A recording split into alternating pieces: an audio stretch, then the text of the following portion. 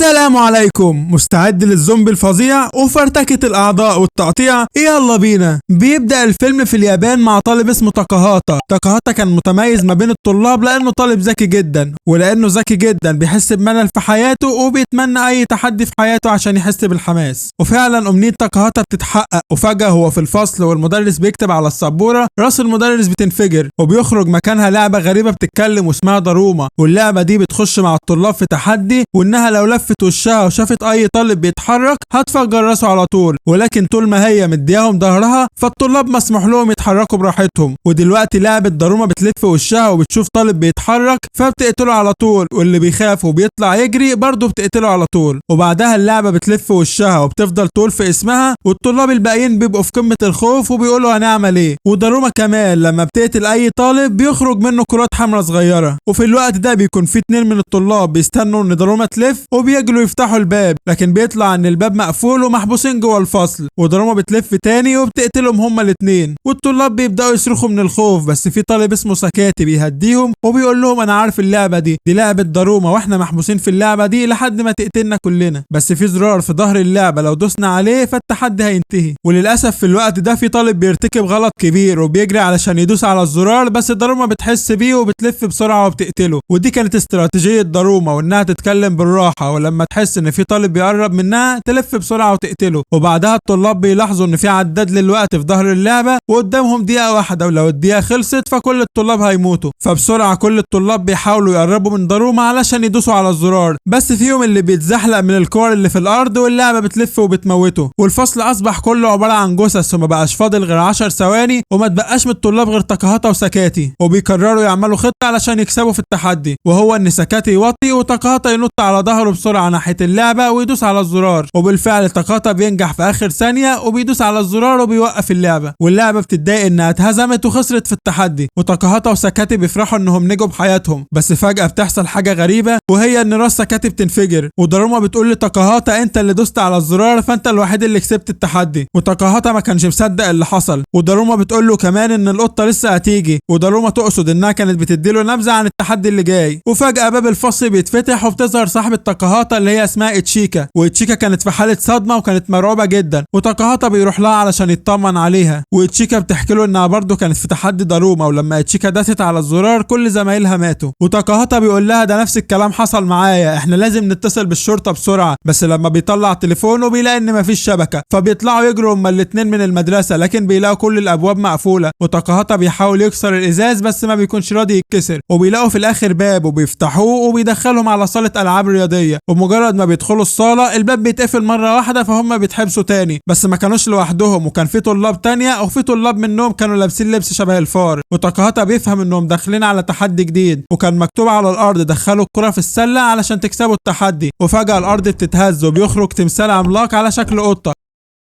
والقطة على طول بتاكل أي طالب لابس لبس فار، وبتبدأ تتحرك ناحية أي طالب لابس لبس فار وبتاكله على طول. وبيكون التحدي ده أصعب من أي تحدي قبله، والطلاب بيجروا من الخوف، والقطة بتجري ناحية تاكاهاتا وإتشيكا بس مش بتاكلهم عشان مش لابسين لبس الفار. وإتشيكا بتشوف كرة بتتدحرج على الأرض، وتاكاهاتا بيشوف الطوق بتاع السلة في القطة العملاقة، وبيفهم إن المفروض يدخل الكرة دي في السلة بتاعة القطة. وتاكاهاتا بيقول للطلاب على الموضوع ده، ففي طالب سلة محترف بيطلب من إتشيكا ترمي له الكورة، ولما الطالب ده بياخد الكرة بيرميها في السلة بتاعة القطة، وكانت فعلا هتخش، ولكن القطة بتصد الكرة في آخر لحظة وبتمسكها وبترمي الكرة على الطالب بكل قوة، والطالب بيتخبط في الحيطة وبيموت. وبعدها القطة بتبص على تاكاهاتا بس مش بتاكله، وبتبص على أي طالب لابس لبس الفار وبتاكله على طول. وتاكاهاتا هنا بيفهم إن القطة بتاكل أي حد لابس لبس الفار، فبيحذر الطلاب وبيقول لهم اقلعوا لبس الفار. وفعلا كل الطلاب بيعملوا كده وبيقلعوا اللبس وبيظنوا إنهم كده بقوا في أمان. بس فجأة القطة بتتحرك تاني وبتبدأ المرة دي تاكل اي حد، والطلاب بيجروا من الخوف حوالين الملعب وبيكونوا في منتهى الرعب. وفي الوقت ده اتشيكا بتلاقي الكرة واقعه جنبها، وكان في عداد للوقت على الكرة وفاضل فيه 3 دقايق بس. وفي اللحظه دي القطه بتقرب من اتشيكا علشان تاكلها، وتاكاهاتا لما بيشوف صاحبته خلاص هتموت بيروح بسرعه يلبس لبس الفار علشان ينقذ صاحبته. وفعلا القطه بتسيب اتشيكا وبتطرد تاكاهاتا، وتاكاهاتا بيفضل يشتت القطه ويجري منها يمين وشمال، وبيطلب من اي حد يرمي له الكوره. بس كل الطلاب بيكونوا خايفين لا يحصل لهم زي ما حصل للاعب السله، السله، وتاكاهاتا بيبدا يسمع صوت غريب وبيدرك انه علشان لابس لبس الفار بيفهم كلام القطه، والقطه كانت عايزه حد يحك لها ظهرها علشان تنام وتكون مرتاحه. وتاكاهاتا بعد ما فهم الكلام ده بيجري وبيطلع على ظهر القطه وبيمسك في الحبل ده وبيفضل يحك لها ظهرها. ولما تاكاهاتا عمل كده القطه بتبتسم ومش بتهاجم حد، وكانت عايزه تاكاهاتا يفضل يعمل كده على طول. وتاكاهاتا بيطلب من باقي الطلاب يجوا يساعدوه ويحكوا ظهر القطه معاه، وتشيكا لما بتشوف كده بتروح له على طول وبتساعده. وكل الطلاب لما بيشوفوا ان الحركه دي جابت نتيجه بيطلعوا على ظهر القطه وبيعملوا زي تاكاهاتا، وبالتالي القطه بتبدا انها تنام، وبالفعل بتنام تماما. وتاكاهاتا بيروح يمسك الكوره ويستعد علشان يرميها في السله، بس باقي الطلاب بييجوا وكل طالب بيكون هو اللي عايز يرمي الكوره، لانهم خايفين وفاكرين ان اللي هيرمي الكوره في السله هو الوحيد اللي هيفضل عايش، وبيفضلوا يتجادلوا ويتخانقوا في مين اللي هيرمي الكوره في السله. وبسبب صوتهم العالي القطه بتصحى وبتقتل 2 منهم بمخالبها الحاده. وتاكاهاتا بيدرك انهم مش هيلحقوا ينيموا القطه تاني عشان ما عادش في وقت، بس بتجيله فكره عبقريه وبيروح ياخد كره السله المقطوعه وبيطلب من اتشيكا تجيب الكره بتاعه القطه وتخش ورا غرفه خلع الملابس. وبعدها الاتنين بيخرجوا كل واحد ماسك في ايده كوره لاففها بلبس الفار، وبتقدموا هما الاتنين ناحيه القطه من جهات مختلفه، والقطه كانت محتاره انهي واحد فيهم ماسك الكره اللي المفروض تصدها. وتاكاهاتا بالغلط بيبين ان معاه كره السله العاديه، والقطه بتفهم ان الكره التانيه مع اتشيكا فبتمسكها وبتصدها، بس بيطلع ان ده جزء من الخطه بتاعه تاكاهاتا. وفي الوقت ده تاكاهاتا بيستغل ان القطه مركزه مع كره اتشيكا وبيرمي الكره اللي معاه، وبيطلع ان الكره اللي جواها هي الكره بتاعه القطه، ولكن للاسف الكره مش بتخش في السله، والكل بيفتكر انهم خسروا التحدي. بس فجاه في طالب بيظهر من ورا القطه اسمه امايا وبيدخل الكره في السله، وكده بيفوزوا بالتحدي.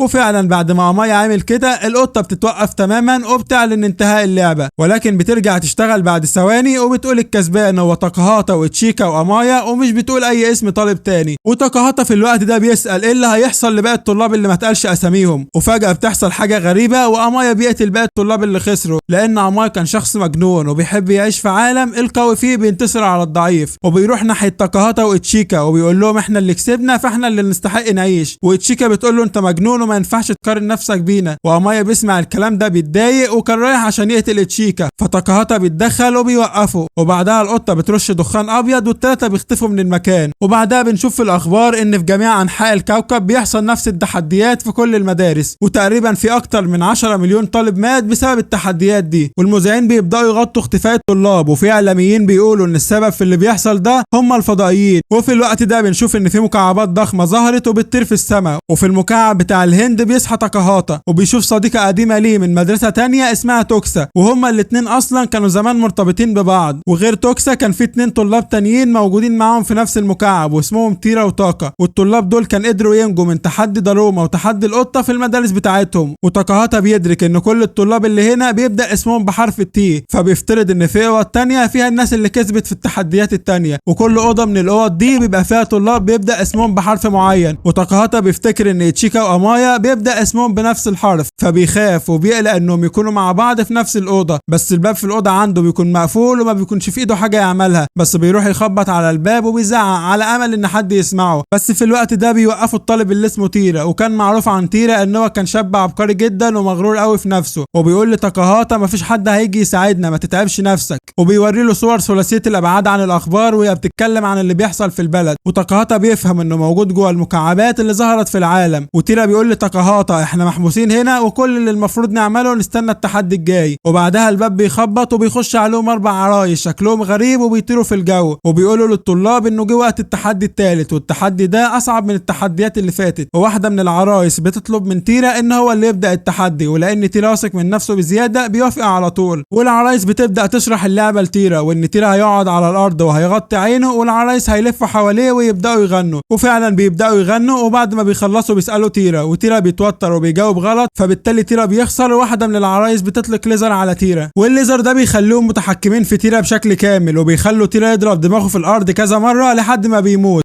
وبعد ما تيرا مات العرايس بتطلب من تاكا انها تخش في اللعب، بس هي بترفض وكانت ميته من الخوف.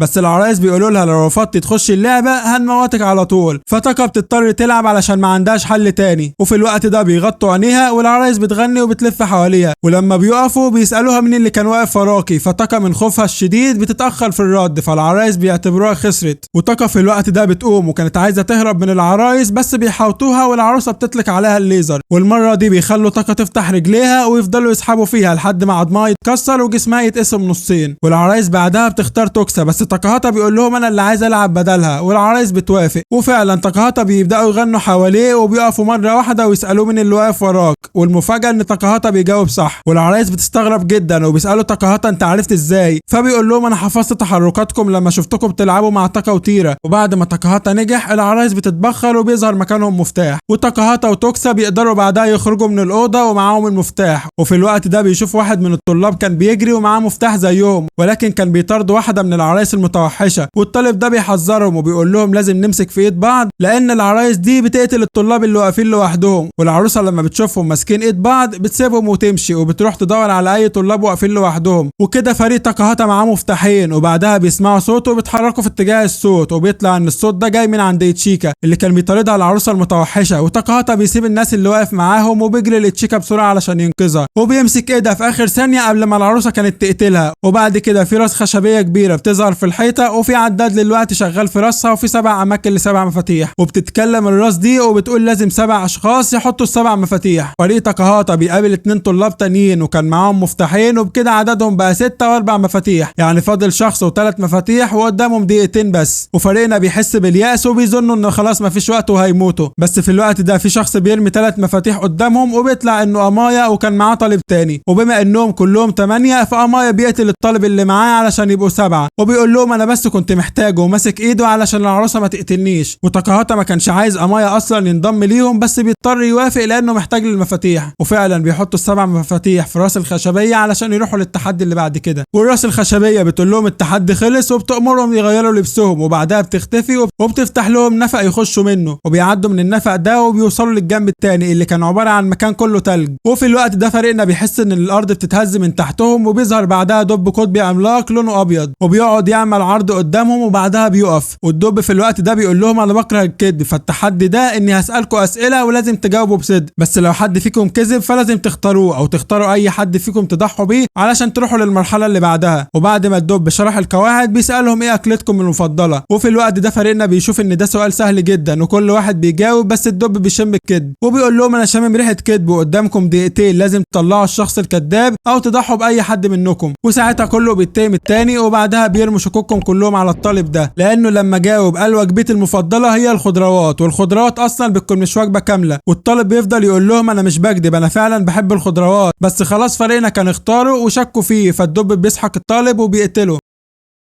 والدب بعدها بينتقل للسؤال التاني وبيسألهم إذا كانوا بيحبوا تاكاهاتا ولا لأ، ولأن إيتشيكا وتوكسا معجبين بتاكاهاتا بيقولوا إحنا بنحبه. وفي الوقت ده أماي كمان بيقول أنا بحبه، وباقي الطلاب بيقولوا كلنا بنحبه. وبعد ما الكل جاوب الدب بيقول لهم أنا شامم فيكم واحد كذاب. وفي الوقت ده إيتشيكا على طول بتتهم أمايا وبتقول أمايا أصلا مش بيحب حد، والاتنين بيفضلوا يتجادلوا مع بعض. بس في الوقت ده تاكاهاتا بيتسأل بيقول لي ممكن نكذب ما دام الدب كده بيعرف. فالدب بيقول لتاكاهاتا برافو عليك انت عرفت السر، فعلا في واحد منكم كائن فضائي ومتنكر في هوية بشر، وهو ده اللي عمال يكذب من البداية، فانتم لازم تعرفوه وتتخلصوا منه بسرعة والا هيبقى هو السبب في انكم كلكم تموتوا. وبعد ما الدب قال الكلام ده في طالب بيقول لي ان الكذاب هي توكسا، وبيقول انا وصاحبي اكيد مش كائنات فضائية لاننا انا وهو مع بعض من زمان في مدرسة واحدة، وتاكاهاتا وإيتشيكا وأمايا برضو من نفس المدرسة، فانت الوحيدة المختلفة ما بيننا ولازم نضحي بيكي. بس في الوقت ده بيكون تاكاهاتا وإيتشيكا بيدافعوا عنها، بس للاسف الوقت بيكون قرب يخلص والطالبين ان من نفس المدرسة وأمايا بيكونوا اختاروا توكسا. ففي الوقت ده رأي الأغلبية هو اللي بيمشي، والدب فعلا بيسحق توكسا وبيخلص عليها. وتاكاهاتا بيتصدم ان حبيبته القديمة ماتت ومش باقي منها غير شوية دم، والدب بيستعد علشان يسأل السؤال الجاي، بس تاكاهاتا بيوقفه وبيقول له انا عرفت مين هو الشخص الكذاب. والدب بيتفاجئ وبيقف يسمع تاكاهاتا، بس بيتفاجئ اكتر لما تاكاهاتا بيشاور عليه وبيقول له انت الشخص الكذاب، وبيقول له توكسا هي اللي ساعدتني اعرف كده لان دمها شال الدهان الابيض اللي انت رشه على جسمك، يعني لونك الحقيقي هو الاسود، فبالتالي انت الشخص الكذاب والمخادع من البداية. وللاسف ما كانش في حد من الناس اللي ماتت دول كلهم بيكذب في اي حاجه. يعني بمنتهى اختصار ان الدب كان بيقنع الطلاب ان في كذاب ما بينهم او كائن فضائي، وده علشان يقتلهم كلهم. والدب في الوقت ده بيتعصب ان تاكاهاتا كشف سره وبيحاول يهجم على الطلاب ويسحقهم، بس الطلاب بيهربوا منه لحد ما الدب في الاخر بيقع في مكان سخن فجسمه بيتحرق واللون اللي على جسمه بيسيح. وفي الاخر الدب بيعترف بالهزيمه وبيعلن انتصارهم في التحدي. وبعدها فريقنا بينتقل للمكان الجديد اللي هيلعبوا في التحدي اللي جاي. وفي الوقت ده بيخش عليهم عرايس صغيره وبيرحبوا بيهم وبيقول لهم ان التحدي ده هو التحدي الاخير، وواحد منكم هيتم اختياره وهيكون اسمه اكوما، واكوما هياخد العلبه دي وهيحطها في الدايره الحمراء اللي على الارض. وفي الوقت ده باقي الطلاب هيروحوا يستخبوا واكوما هيبدا يدور عليهم. ولما اكوما يشوف اي شخص يندى على اسمه بصوت عالي وياخده يحطه في الزنزانه، وبكده يبقى اكوما مسكه. ولو اكوما عارف يحط 3 طلاب او اكتر في السجن هو اللي هيكون كسب التحدي. بس لو اي طالب طليق قدر يشوط العلبه فهيحرر كل الطلاب اللي في السجن. لكن لازم تعرفوا ان العلبه فيها قنبله، يعني اللي هيشوط العلبه القنبله هتنفجر فيه وهتموته على طول، وهيكون الشخص ده بيضحي بنفسه علشان ينقذ الباقي ويخليهم يعيشوا. واخر حاجه العرايس بتقولها ان التحدي مش هينتهي الا بغروب الشمس اللي هو حوالي ساعه، ولو الساعه خلصت واكوما ما كانش حط 3 اشخاص او اكتر في السجن هيكون هو اللي خسر التحدي. وبعد ما القوانين اتشرحت واحده من العرايس بتطلع 5 عيدان خشب للطلاب عشان يختاروا واحد منهم يبقى هو اكوما. ولسوء الحظ الطالب اللي بيطلع هو اكوما بيكون امايا، وامايا بيكون اكتر طالب مجنون وشرير فيهم. وبتبدا اللعبه وكل الطلاب بيجروا يستخبوا، وامايا بياخد العلبه وبيحطها في الدايره الحمراء. وفي الوقت ده بيجري علشان يدور على الطلاب، وبيقدر امايا يلاقي الطالبين اللي من مدرسه تانية بكل سهوله. والطالبين حاولوا يضربوا امايا بس هو كان اقوى منهم وقدر يتغلب عليهم ورماهم في الزنزانه.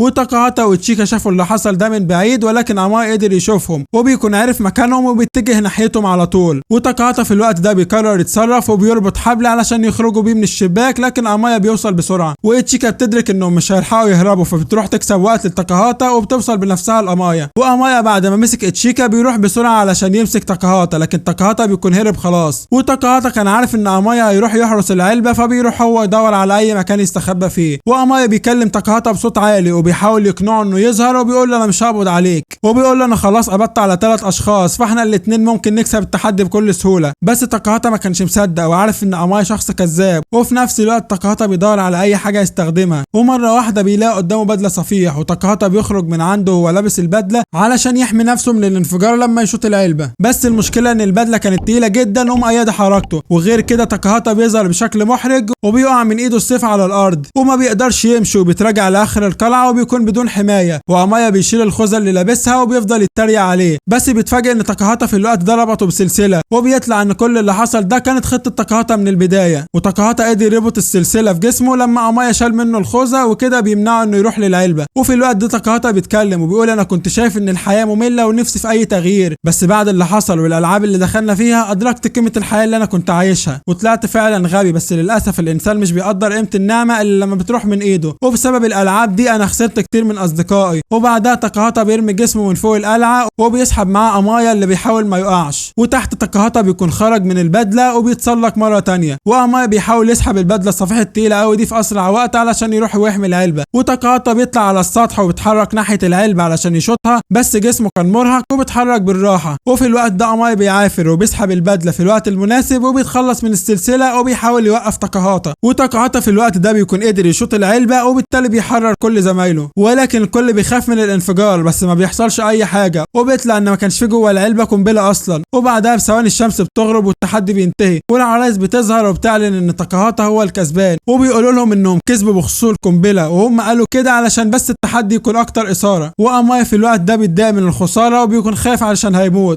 بس العرايس بيقولوا له ان التحدي الاخير ده كله مجرد لعبه ومحدش هيموت. وبتبدا الاحتفالات في السماء تشتغل، والطلاب بيفرحوا انهم اخيرا هيخرجوا عايشين، والعرايس كمان بتديهم ايس كريم كهديه ليهم عشان كسبوا في التحدي. وتاكاهاتا بياكل الايس كريم وبيفكر مع تشيكا هيعملوا ايه لما يخرجوا من المكان ده. وبعد ما بيتكلموا الوقت طويل تاكاهاتا بيلاحظ ان في كلام مكتوب على عصايه الايس كريم، بس مش بيدي اي اهتمام وبيكمل كلام مع تشيكا. ولكن في الوقت ده تشيكا بتعيط بعد ما بتقرا الكلام اللي مكتوب على العصايه بتاعتها، وكان مكتوب انت خسرتي وهتموتي. والعرايس بتتكلم تاني وبتقول كل تحدي انتوا دخلتوه كان محتاج مهارة وذكاء، لكن في الاخر الحظ هو اللي هيحدد مين اللي هيعيش ومين اللي هيموت. وبيقولوا كمان ان كل الايس كريم اللي انتوا خدتوه مكتوب عليه مصير كل واحد فيكم، ومصير تشيكا انها هتموت. وتاكاهاتا بيبص على العصاية بتاعته وكان حظه حلو وهيعيش، وامايا كمان هيعيش، والطالبين التانيين هم اللي هيموتوا. وبعد ما بيتم تحديد مصير كل واحد فيهم، تشيكا والطالبين بيتضربوا بليزر من احدى العرايس وبيتبخروا وبعدها بيموتوا. وبالشكل ده بتنتهي كل التحديات وكل الالعاب، وكاتاهاتا وامايا بينتقلوا لفوق المكعب اللي طاير في اليابان، وكل الناس بتحييهم علشان قدروا ينجوا من التحديات الصعبه دي. بس تاكاهاتا كان في قمه الحزن علشان فقد حبيبته تشيكا. وهنا فيلمنا بينتهي. ما تنساش لايك للفيديو، وعشان تكون اول واحد يوصلك الفيديو الجديد اشترك في القناه وفعل زر الجرس، والسلام عليكم.